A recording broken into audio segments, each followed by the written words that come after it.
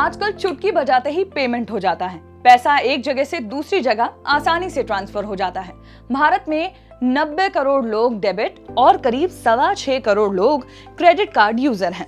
अगर आपने अपना क्रेडिट कार्ड या डेबिट कार्ड ध्यान से देखा हो तो इस लोगो पर नजर तो पड़ी ही होगी। एटीएम कार्ड पर नीचे दिख रहा ये लोगो एक तरह का नेटवर्क कहलाता है।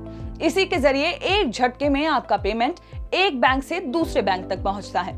और अब इन्हीं नेटवर्क में से एक मास्टर कार्ड को आरबीआई ने एक बड़ा झटका दे दिया है। आने वाली 22 जुलाई से मास्टर कार्ड भारत में नए कस्टमर्स नहीं बना सकता। आरबीआई ने ये फैसला क्यों लिया, ये जानने के लिए आपको थोड़ा सा पीछे ले चलते हैं। बात 6 अप्रैल 2018 की है, जब आरबीआई ने एक सर्कुलर जारी किया था जिसमें यह कहा गया कि जितनी भी पेमेंट नेटवर्क कंपनियां हैं उन्हें अपना डेटा भारत में ही स्टोर करना होगा। 2021 आ चुका है, मतलब इस बात को 3 साल बीत चुके हैं और अभी तक मास्टर कार्ड ने आरबीआई की नियम शर्तों को नहीं माना। तो ऐसे में आरबीआई को ये फैसला लेना पड़ा।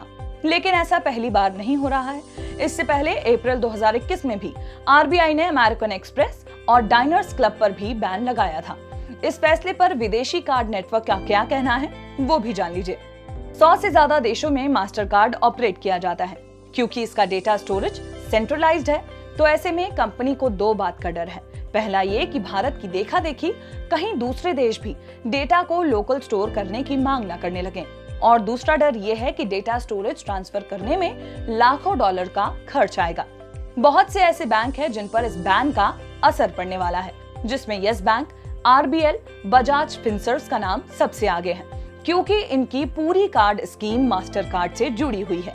एचडीएफसी की बात करें तो 45% और आईसीआईसीआई बैंक की बात करें तो 35% स्कीम्स मास्टर कार्ड से जुड़ी हुई है। अब ऐसे में अगर ये बैंक्स दूसरे नेटवर्क की तरफ जाते हैं तो ऐसा करने में उन्हें कम से कम 8 से 10 हफ्ते का समय लगेगा। बहुत ही नुकसान की बात। अब बताते हैं इस बैन से किसका फायदा होने वाला है। पैसाबाजार.com के को-फाउंडर और सीईओ नवीन कुकरेजा का कहना है कि मास्टर कार्ड पर अगर बैन लगता है तो इसके अलावा जितने भी नेटवर्क्स हैं जैसे रुपे, वीजा, इन नेटवर्क्स को फायदा होगा। जाहिर सी बात है कि बैंक्स दूसरे नेटवर्क की तरफ भागेंगे ही भागेंगे, तो इससे उनका मार्केट शेयर भी बढ़ेगा। इस फैसले के बाद से एक तरफ जहां public sectors bank RuPay card का ऑफर दे रही हैं, तो दूसरी तरफ प्राइवेट बैंक वीजा कार्ड का ऑफर कर रहे हैं। इसमें अभी भी एक नाम ऐसा है जो छूट रहा है, जिसने लगभग कार्ड की जगह ले ली है, मतलब यूपीआई। इससे आसानी से और फास्ट पेमेंट हो जाता है, तो ऐसे में इसे कार्ड के रिप्लेसमेंट के तौर पर देखा जा रहा है। साफ शब्दों में कहें तो अगर आपके पास पहले से ही मास्टर कार्ड है तो आप इसे यूज कर सकते हैं। इस पर कोई भी रोक नहीं लगाई गई है। हाँ, अगर आपका कार्ड एक्सपायरी होने की कगार पर है तो आपको नया कार्ड इश्यू नहीं होगा। ऐसे ही नॉलेज बढ़ाने वाले वीडियोस को देखने के लिए डाउनलोड कीजिए दैनिक भास्कर ऐप। शेयर और डाउनलोड करें दैनिक भास्कर ऐप।